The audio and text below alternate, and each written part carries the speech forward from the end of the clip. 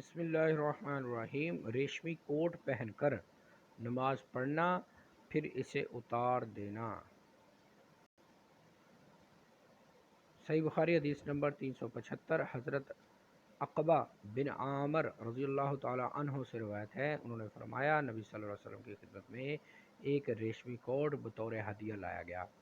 آپ نے زیب تن فرما کر نماز پڑھی، مگر جب نماز سے فارغ ہوئے تو اسے سختی سے اتار پھینکا، گویا آپ کو سخت ناگوار گزرا۔ نیز آپ صلی اللہ علیہ وسلم نے فرمایا، تقوی شعار لوگوں کے لیے یہ غیر مناسب ہے۔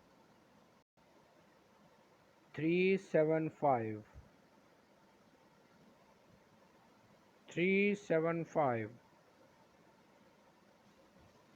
صحیح بخاری حدیث number 375۔ Whoever offered salah prayer in silk and other garments, opened at the back and then took it off.